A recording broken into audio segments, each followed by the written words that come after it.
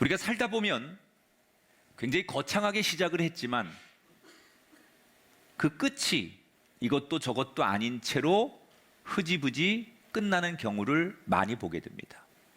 예를 들면 드라마 같은 것이 방영되기 전에 어떤 사람들이 캐스팅되고 어떠한 제작비를 들여서 얼마만큼의 이 드라마가 만들어졌다라고 거창하게 홍보를 하고 대단히 사람들에게 알리지만 정작 뚜껑을 열고 보면 생각만큼 호응을 얻지 못해서 나중에는 흐지부지 그런 드라마 내용이 끝날 때가 있어요. 여러분, 이럴 때 쓰는 고사성어 중에 하나가 용두삼이에요. 왜 용두삼이가 될까요? 용으로 시작했는데 뱀으로 끝나는 거예요. 왜 그렇게 되지요? 이유는 많아요. 개인적으로 의지가 없든지 당시의 상황과 환경이 그럴 수밖에 없기 때문에 시작은 거창했지만 결국 그 끝이 흐지부지 끝나는 경우. 우리의 신앙생활도 그런 것 같아요. 많은 분들이 어떤 문제를 놓고 기도할 때는 굉장히 의지를 가지고 기도합니다.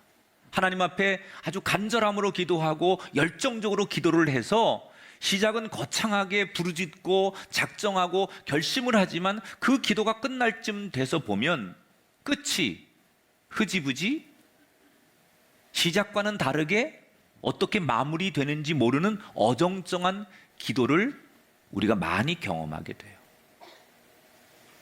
시작이 좋았으면 끝도 좋아야 돼요.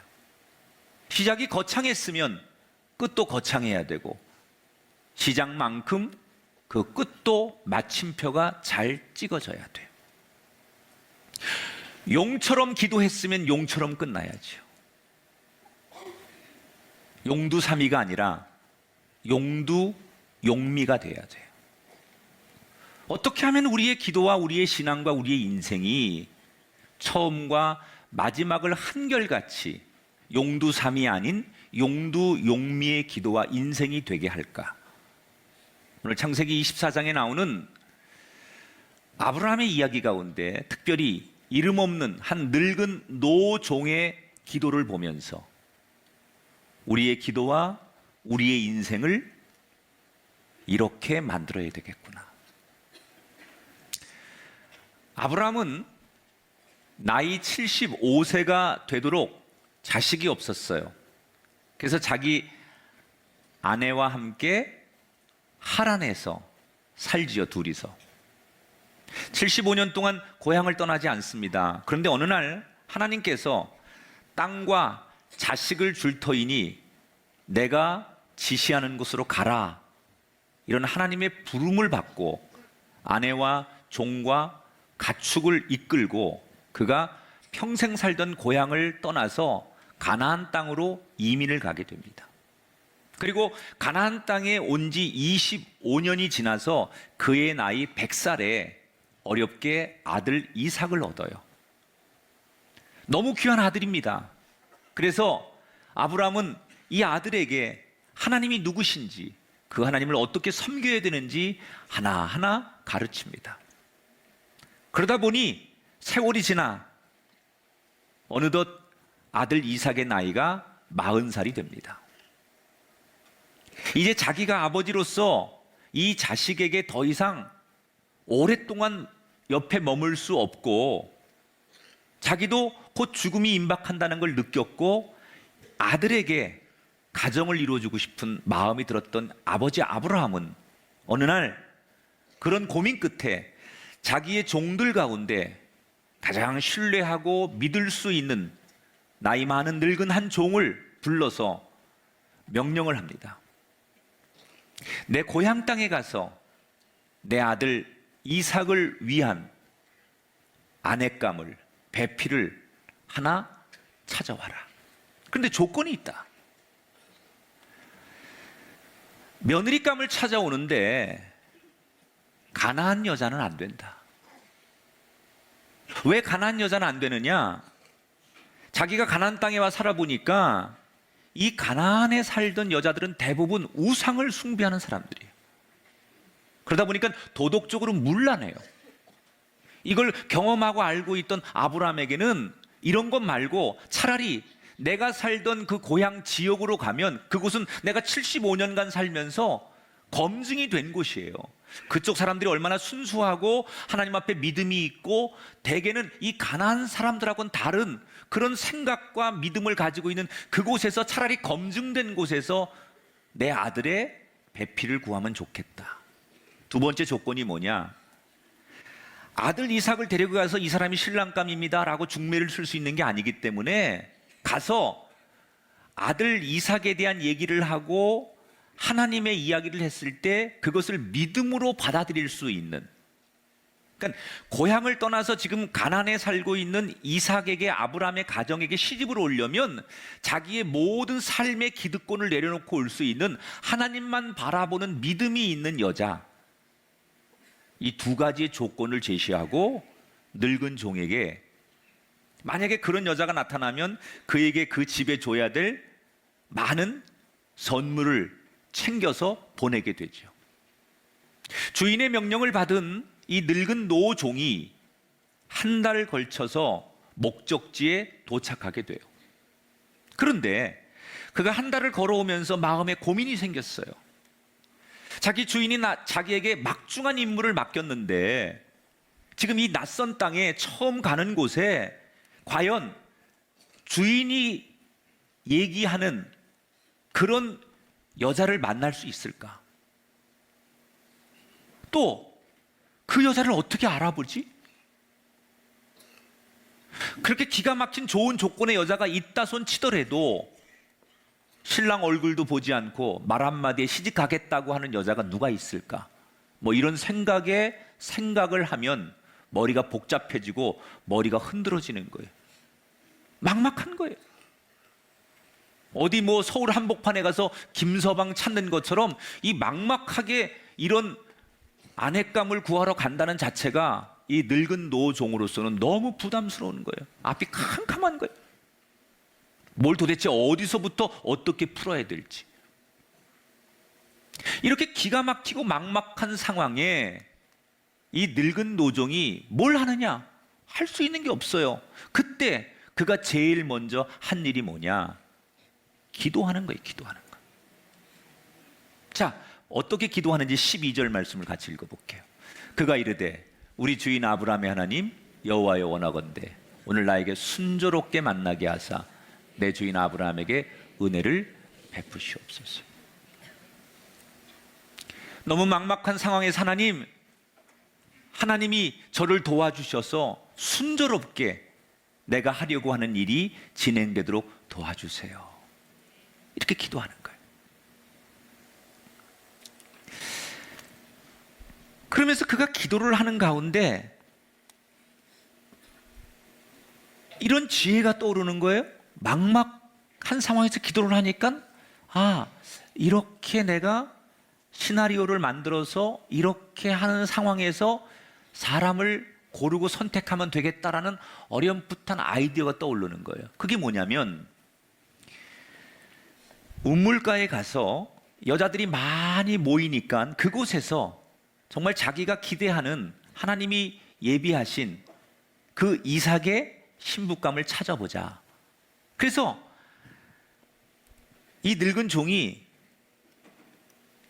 어느 마을에 저녁 시간이 되어서 우물가 곁으로 갑니다. 왜 저녁 시간이냐? 당시 이 중동 팔레스타인 지역에는 낮에는 사람들이 너무 뜨거우니까 활동할 수가 없어요. 그래서 저녁이 돼야만 사람들이 일상으로 나오는 거예요. 특히 그 당시의 풍습은 집안의 살림을 하기 위해서 공동 마을의 우물에 사람들이 물을 길러 나오는데 해가 떨어진 저녁 시간에 뭐 항아리를 들고 물을 떠러 나오는데 그것은 주로 집안에 시집가지 않은 딸들의 몫이에요. 엄마를 돕고 집안 살림을 돕기 위해서 보통은 시집가지 않은 딸들이 그런 일을 하는 게 그 당시의 풍습이라는 거예요. 그러니까 우물에 가면 그 동네의 아가씨들은 기본적으로 다 모이는 거예요. 그래서 거기 가가지고 앉아 있는 거죠. 그리고 이런 생각을 하는 거예요. 내가 낯선 남자잖아요. 근데 이방인 낯선 남자가 와서 아가씨들한테 말을 걸고 물을 달라고 했을 때 자기한테 어떤 태도를 보이느냐? 자기한테 아주 친절하게 물을 주면서 특별히 자기가 끌고 온 낙타 10마리가 있는데 그 낙타들에게도 친절을 베푸는 그런 정도의 마음씨를 가진 친절한 여자라면 분명히 하나님께서 예비한 여인으로 생각하고 그런 사람 중에 한 사람을 고르면 좋겠다, 뭐 이런 생각을 하는 거예요. 대창 무슨 근거가 있어야 될 거 아니에요. 그래서 그런 근거를 가지고 여자를 이제 관찰하기 시작하는 거예요. 아니나 달라요. 딱 해가 떨어질 무렵에 우물가에 많은 여자들이 항아리를 메고서 나오는 거예요. 근데 한 아가씨가 저기서 걸어오는데 말을 걸고 싶은 거예요. 늙은 종이. 그래서 아가씨, 내가 멀리서 오느라고 목이 마른데 물 좀 마실 수 있나요? 그랬더니 이 아가씨가 환하게 웃으면서 이 늙은 종에게 물을 떠서 주는 거예요.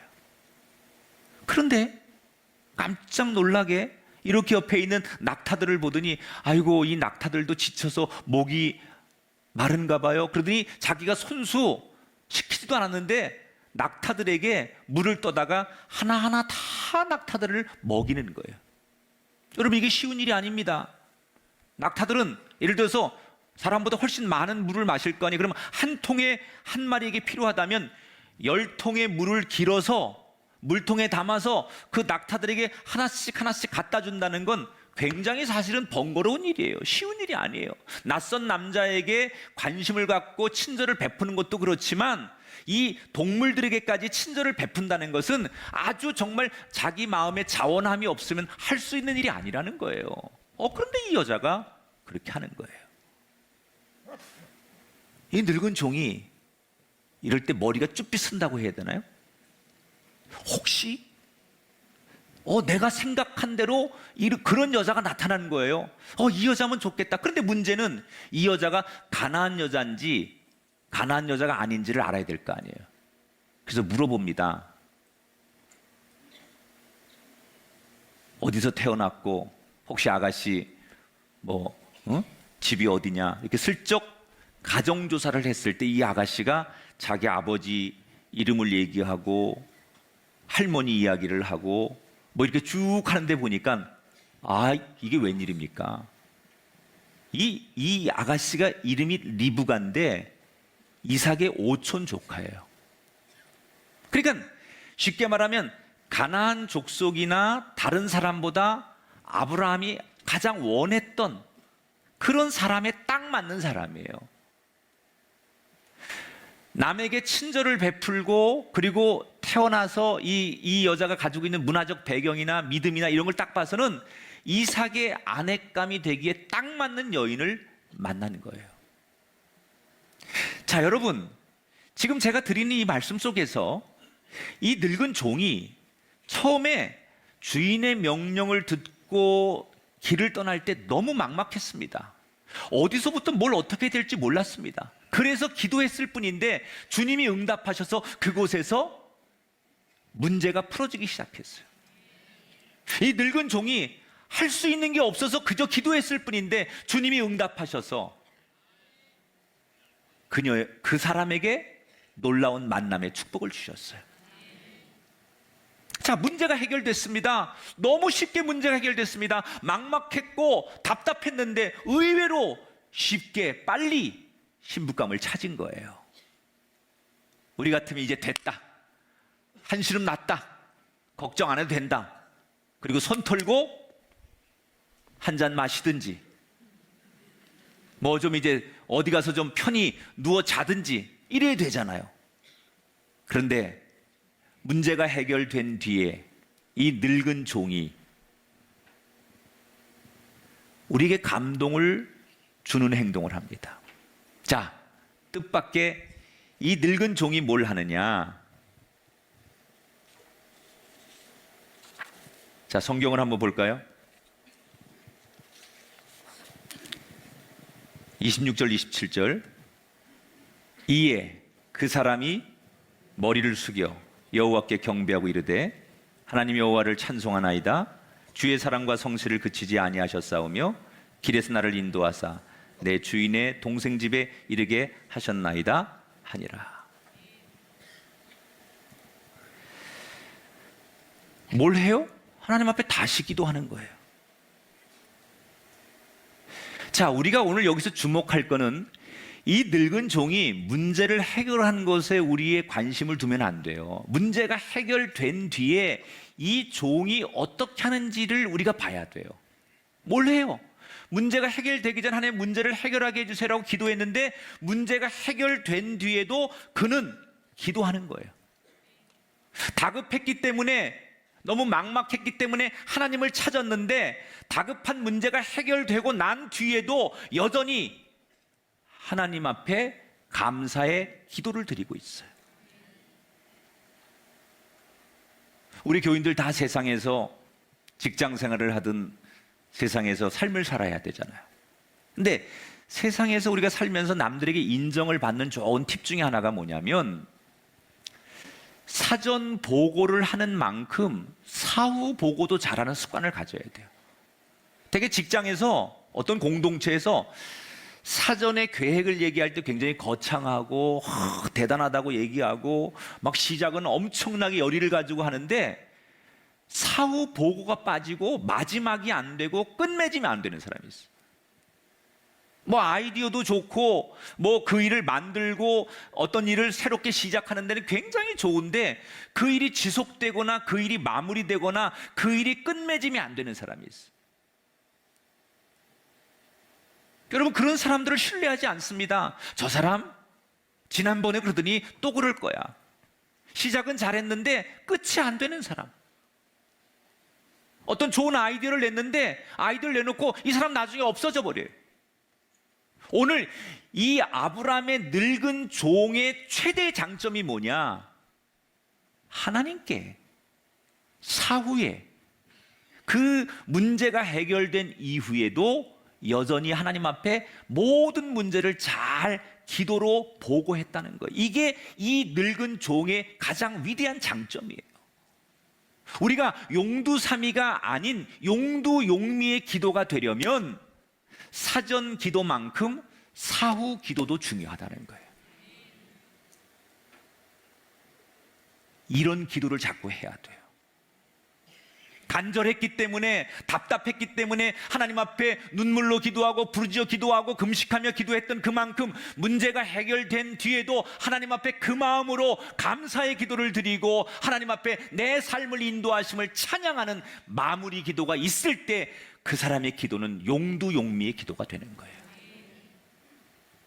작년 8월에 우리나라 정부에서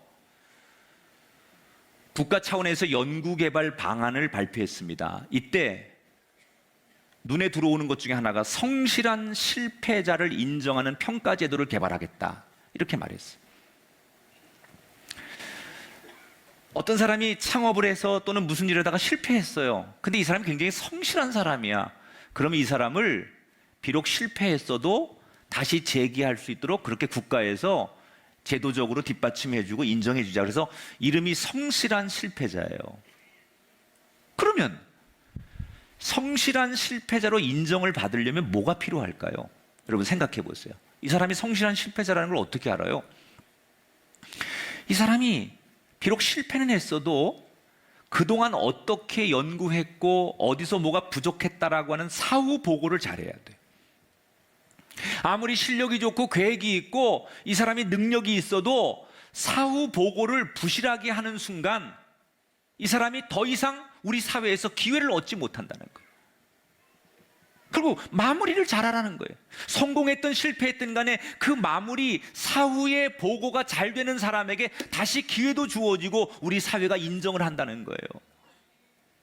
여러분, 기도도 그렇지 않습니까? 우리가 막막할 때, 답답할 때 제일 먼저 하나님을 찾는 거 중요합니다. 너무 답답하니까, 너무 힘드니까 하나님 앞에 나와서 부르짖는 거 중요합니다. 그런데 대개 처음에는 그렇게 간절히 기도하고 새벽에도 나와서 부르짖고 하나님만 찾던 그 사람이 일이 해결되면 그때 그 간절함이 없어요. 일이 해결되고 나면 그 하나님을 찾지 않아요. 일이 해결되기 전에는 하나님을 그렇게 간절히 품었던 사람이 일이 해결되고 나면 하나님에 대해서 그 간절함이 사라진다는 거예요. 이 사람의 기도와 이 사람의 신앙은 처음만큼 마지막이 동일하지 않기 때문에 용처럼 시작했지만 뱀처럼 끝나는 용두사미가 되는 거예요. 그때 그 마음, 그때 그 믿음, 그때 그 간절함이 끝까지 유지되는 그런 기도와 그런 인생이 되려면 끝을 신경 쓰라는 거예요.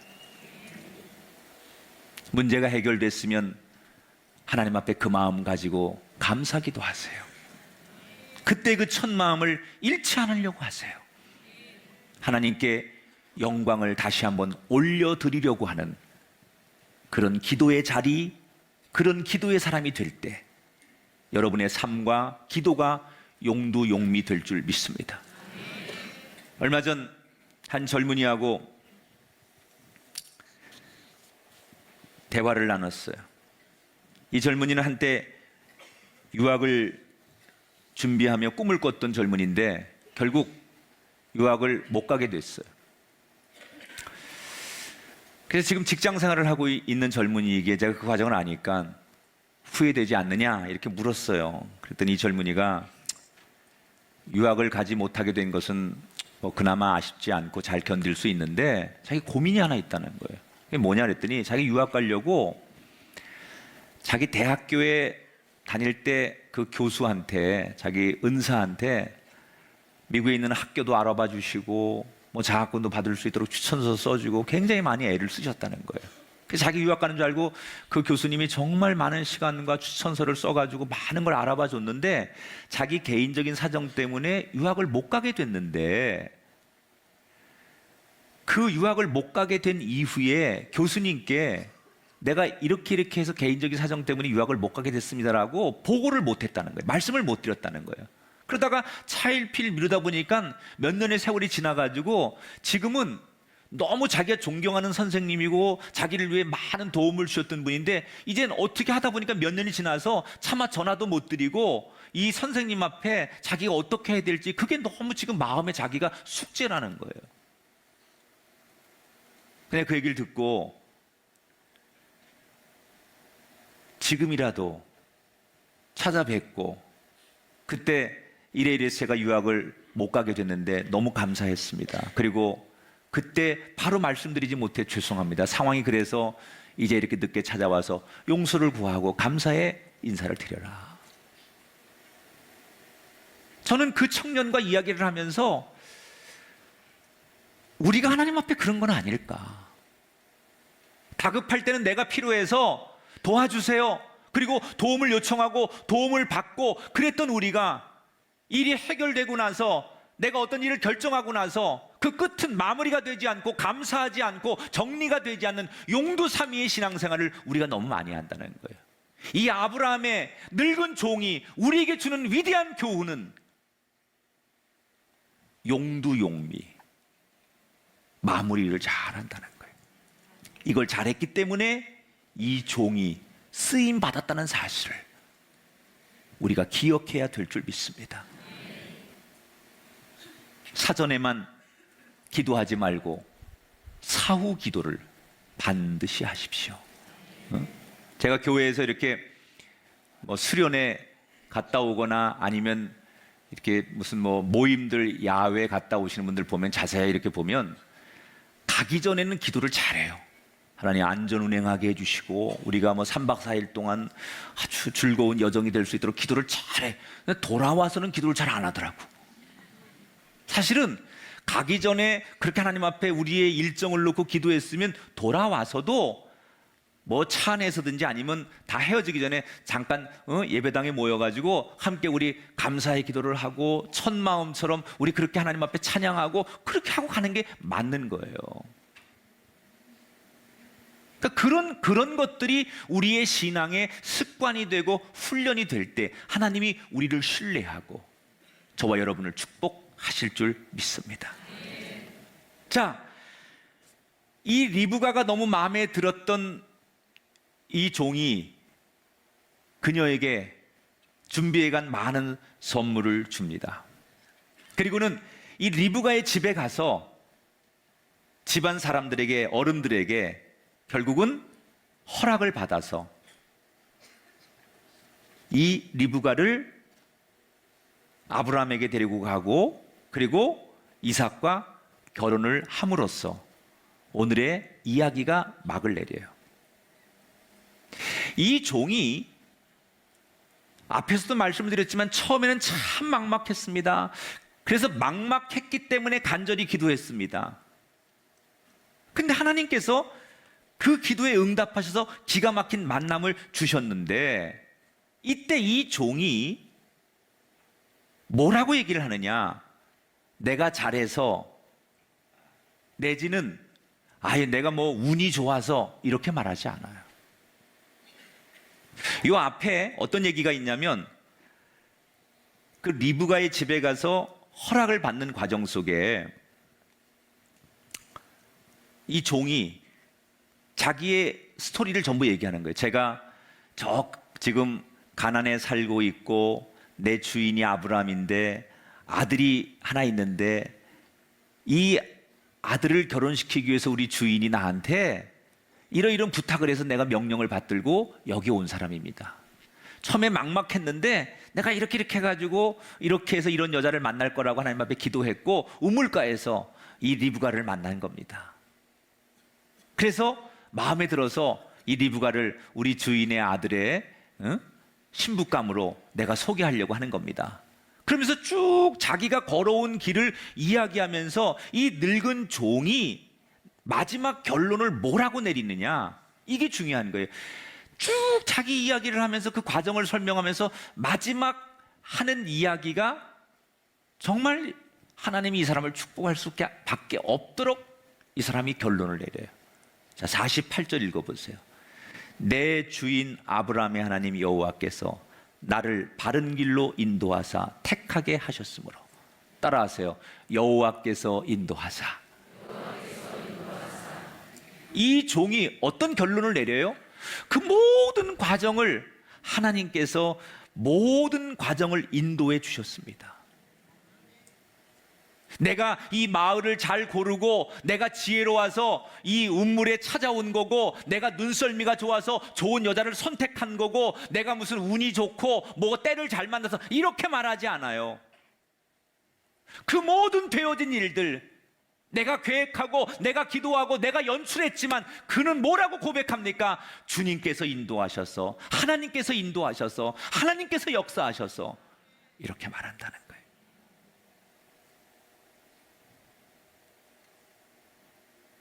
만약에 그 리브가의 집에 가서 이 종이 약간 좀 떠벌리는 스타일이어가지고 자기를 과신하고 뭐 자기를 드러내는 걸 좋아해가지고, 제가 말입니다 말이야, 제가 말이야 인생을 살아본 결과 내가 그래도 삶의 지혜가 있고 나이밥이 있어가지고 뭐 이러면서 이렇게 만들었습니다 뭐 이러고 뭐 자기를 막 자랑하고 뭔가 세상적인 그런 것들을 보여주려고 그랬다면 틀림없이 얘기가 뒤집어졌을 거예요. 리브가가 당사자가 안 간다고 하든지 그 리브가의 집에서 반대를 하든지, 그래서 이 리브가가 이삭의 아내가 되지 못하는 상황으로 반전이 있을 거라는 거예요. 그런데 이 종이 그 기가 막힌 상황을 만들어 놓고도 뭐라고 말합니까? 다 하나님께서 하셨습니다. 내가 한 게 아닙니다. 내가 계획하고 내가 만든 게 아니라 하나님께서 인도하셔서 하나님의 뜻대로 했을 뿐입니다 라고 말해요.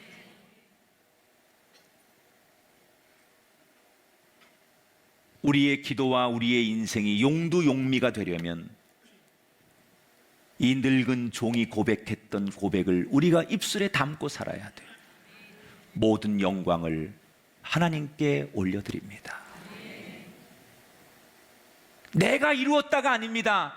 어쩌다 보니 상황이 이렇게 돼서 운이 좋아서 내가 이렇게 되었습니다, 이것도 아닙니다. 내가 누구를 만났든 어디서 고백하든 무슨 일이 생겼든 간에 어떤 결과가 왔든 간에 내 입에서 정말 마지막까지 하나님 앞에 우리가 드릴 수 있는 최고의 고백은 하나님께서 하셨습니다. 이것처럼 위대한 마침표는 없다는 거예요. 내가 했습니다. 이것보다는 아유 제가 운이 좋았습니다, 이게 조금 겸손해 보입니까? 그것도 아니라는 거예요. 여러분, 세상에 제일 위험한 게 내가 잘해서, 내가 잘나서, 내가 해냈다라고 생각하는 것만큼 위험한 생각이 없다는 거예요. 워싱턴 주립대학의 금융관리학의 노프싱어 교수가 2005년 논문에 이런 얘기를 합니다. 창업자들의 70% 이상은 나는 반드시 성공할 수 있다, 이렇게 확신하고 창업을 한다는 거예요. 근데 막상 성공한 사람은 30%가 안 된다는 거예요. 그러면 왜 70% 이상 되는 사람들이 확신을 가지고 하지만 절반도 안 되는 그 성공률로 실패한 사람이 더 많느냐? 그 이유 가운데 하나가 내가 할 수 있다, 이 말이, 이 생각이 결국은 수많은 사람들을 실패로 이끈다는 거예요. 여러분, 신앙생활하면서 제일 위험한 게 내가 앞서는 거예요. 사실은 하나님의 은혜로 우리가 응답받고 하나님의 도움으로 해결받았지만 어느 순간 나도 모르게 하나님이 아니라 내가, 아니면 어쩌다가 운이 좋아서, 상황이 좋아서 이렇게 외친다면 사실을 왜곡하는 거예요. 내가 한 것도 아니고 운이 좋아서도 아니고 상황이 그렇게 돼서도 아니에요. 하나님이 하신 거예요. 잘 되든 안 되든 우리는 반드시 마지막을 하나님께 영광을 올려드려야 돼요. 하나님이 인도하셨습니다. 하나님이 잘 되라고 축복하셨습니다. 우리가 문제가 해결되도록 하신 이유는 우리의 신앙의 끝이, 우리의 기도의 끝이 용두용미가 되라고 우리를 인도하신 거예요. 그런데 문제는 해결되었지만 그 끝이 감사가 없고 교만과 자만으로 그렇게 자기 인생을 만든다면, 응답을 받았지만, 축복은 받았지만, 문제는 해결됐지만 그는 완성된 문제를 해결한 사람이 아니라 더 큰 위험성을 가지고 그 문제를 떠안고 있는 사람이라는 거예요. 아무리 시작이 반이다라고 외쳐도 마무리를 잘 못하는 작품은 웃기는 작품이 되는 거예요. 거창하고 굳은 의지로 시작해도 마무리를 잘 못하면 웃기는 기도가 되는 거예요. 끝이 좋은 기도가 되려면 어떻게 해야 될까? 그 절박한 마음으로 문제 앞에 처음에 기도한 만큼 그 마음은 그대로 마지막 사후에도 기도하십시오. 내 자신이나 우연을 말하지 말고 모든 영광을 하나님께 돌리십시오. 지금 오늘 성경에 이름 없는 한 종이 그렇게 기도해서 하나님 앞에 기쁨이 되고 자신의 기도와 인생을 완성했듯이 저와 여러분도 우리의 삶이 하나님 앞에 기쁨이 되고 우리의 인생을 용두용미의 인생으로 만들어 갈 수 있는 복된 여정이 되시기를 주님의 이름으로 축복합니다.